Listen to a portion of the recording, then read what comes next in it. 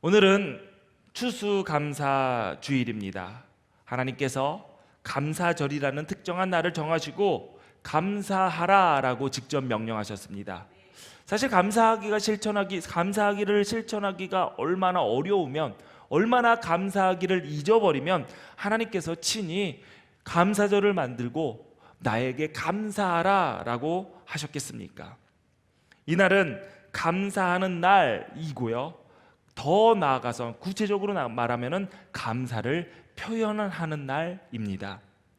아이들이 말을 시작하면 부모가 우선적으로 가르치는 게 있죠. 안녕하세요, 그리고 감사합니다입니다. 이런 말을 먼저 가르칩니다. 어렸을 때는 참 배운 대로 잘해요. 사탕을 받아도 감사합니다. 작은 초콜릿을 누가 줘도 감사합니다라고 인사를 합니다. 그런데 신기하게도 그렇게 감사를 잘 표현하던 아이들이 크면 감사하지 않고 감사도 표현하지 않습니다. 왜 그럴까요? 미국에서 가장 많이 사용하는 언어 50개를 선별해서 조사를 했습니다. 그 가운데 Thank you 28%를 차지하였고, 미국인들이 가장 자주 사용하는 단어로 선정이 되었습니다.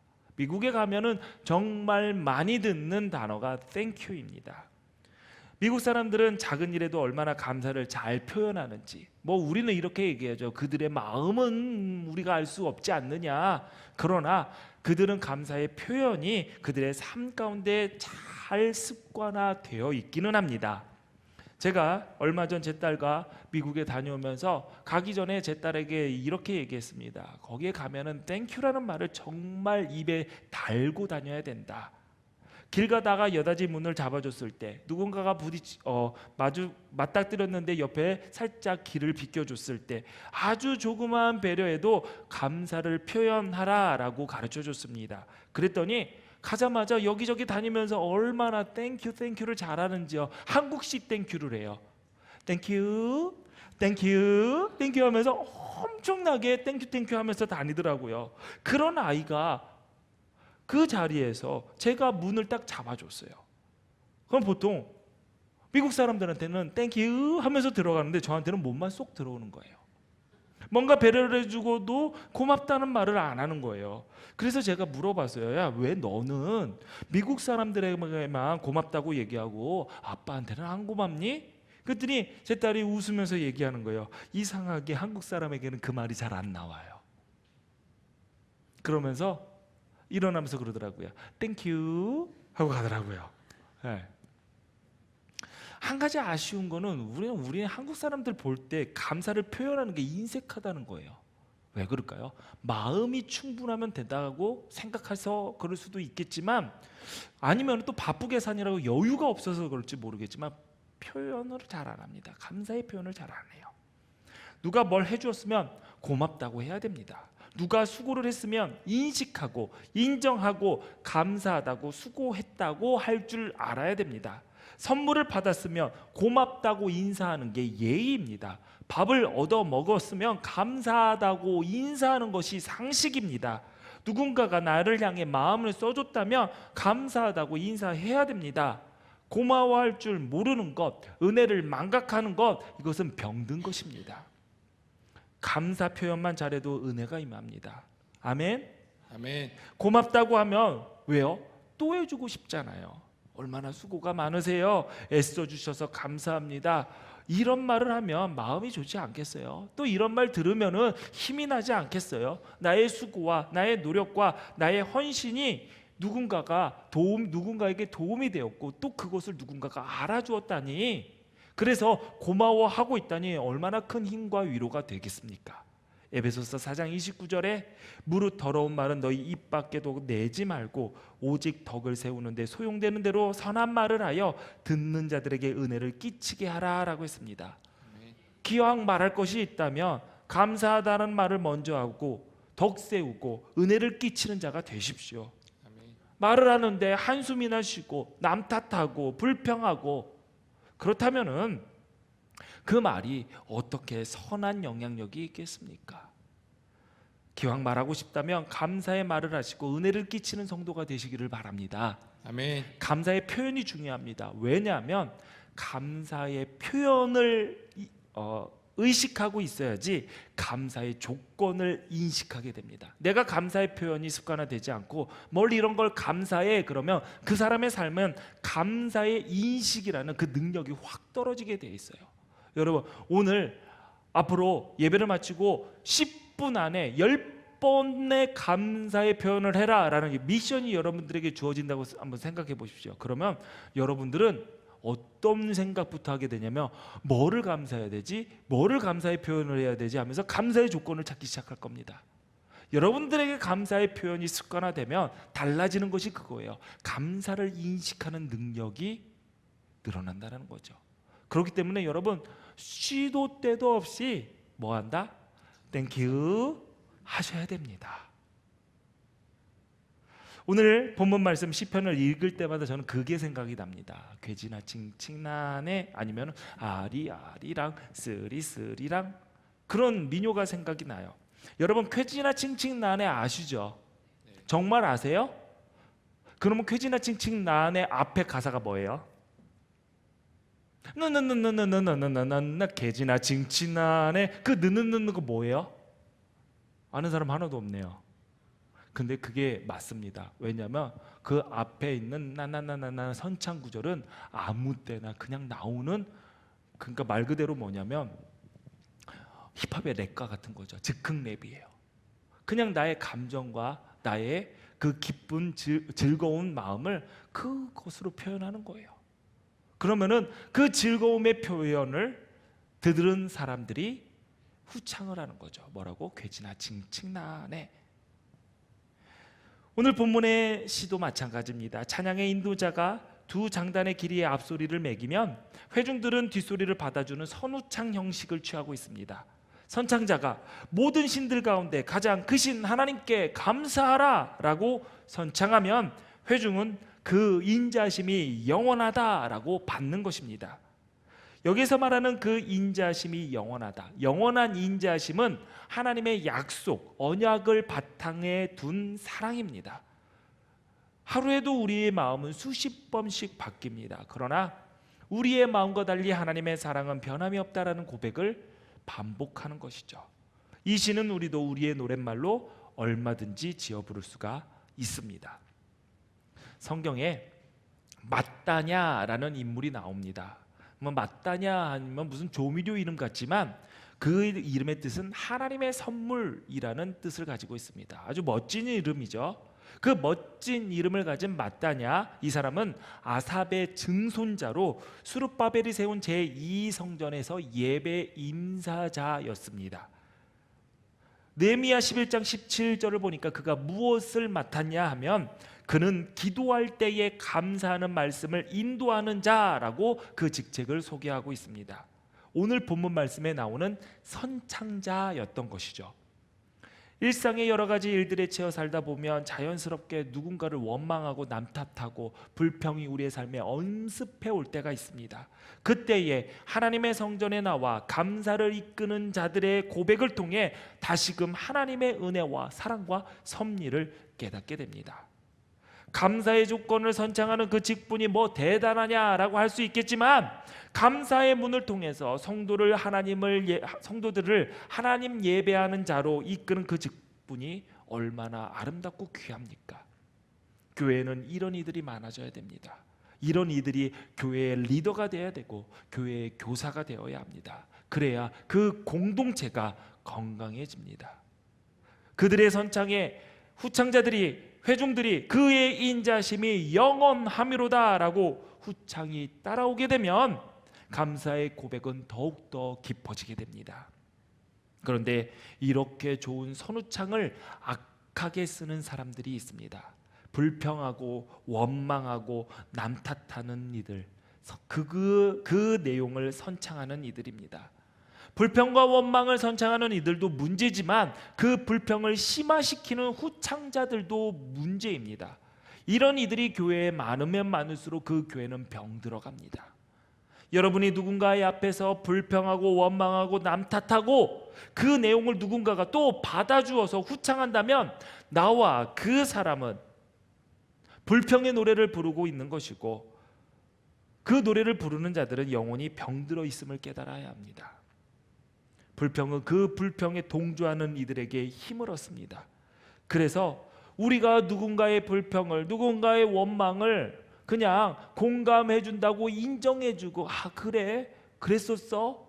하면은 사실 불평하는 자의 삶은 더 지옥 같은 삶으로 떨어지게 될 것입니다.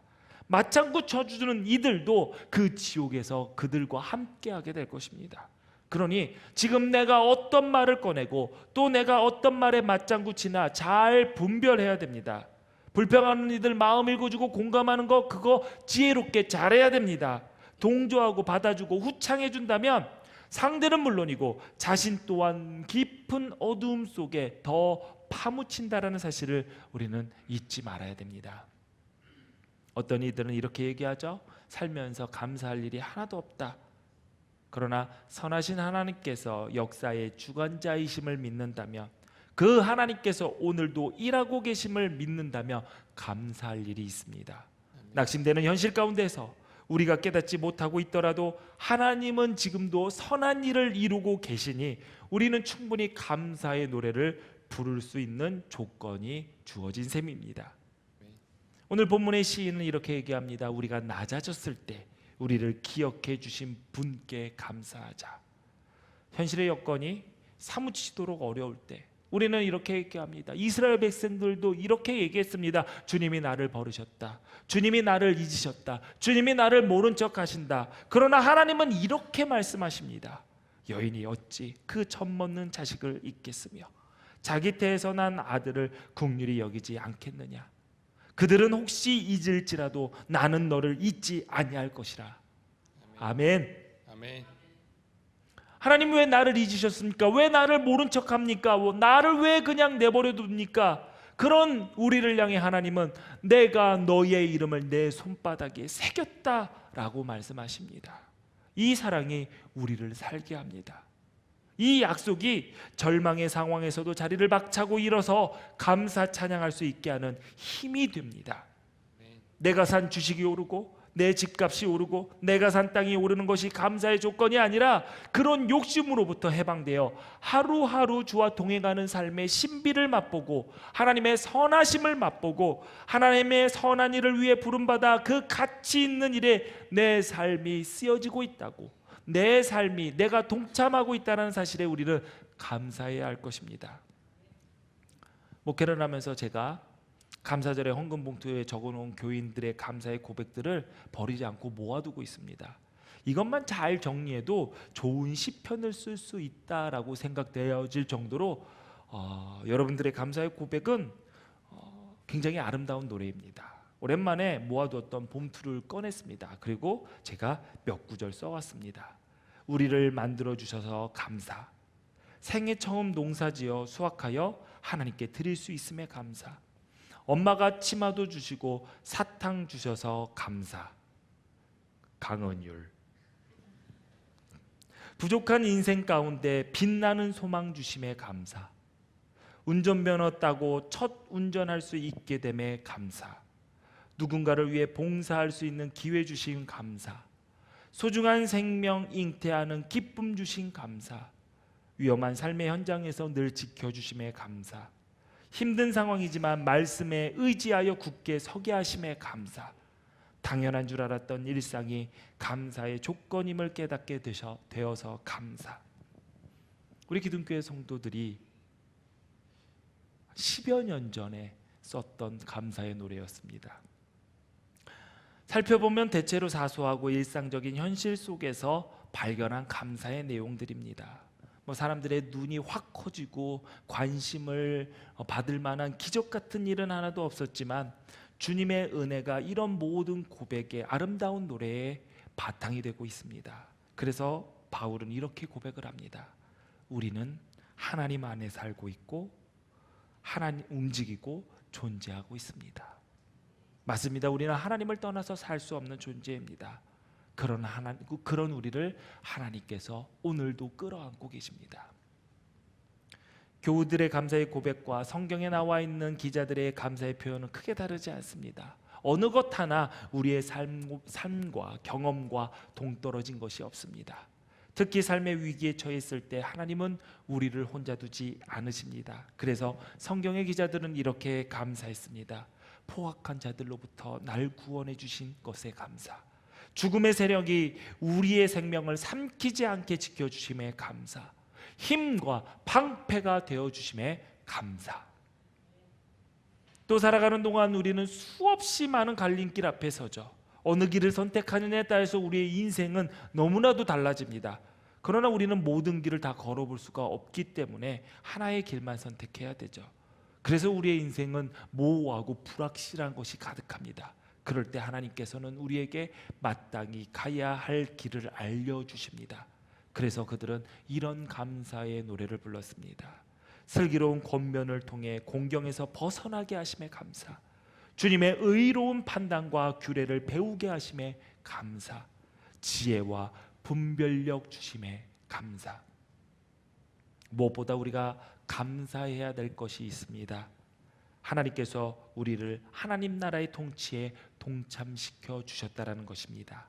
아멘. 우리는 하나님의 꿈을 가슴에 품은 사람입니다. 우리의 시민권은 하늘에 있습니다. 우리는 위에서 부르신 부르심의 상을 바라보며 오늘도 천성을 향해 전진해 나가는 사람들입니다. 그 소망이, 그 빛나는 소망이 있기 때문에 우리의 삶은 너무나도 가치 있고 든든합니다. 그래서 이렇게 감사합니다. 죄에서 해방되어 의의 종이 되게 하신 감사, 아멘. 택하여 주시고 의롭게 여겨 직분 주심에 감사, 아멘. 흔들리지 않는 나라에 속하게 하신 것에 감사, 아멘. 하나님의 영원한 통치에 동참시켜 주심에 감사. 아멘. 따지고 보면 우리의 인생은 감사로 가득 차 있습니다. 아멘. 우리는 감사하며 은혜를 누릴 수 있는 삶으로 초대받았습니다. 그리고 그러한 삶을 지금 살아가고 있습니다.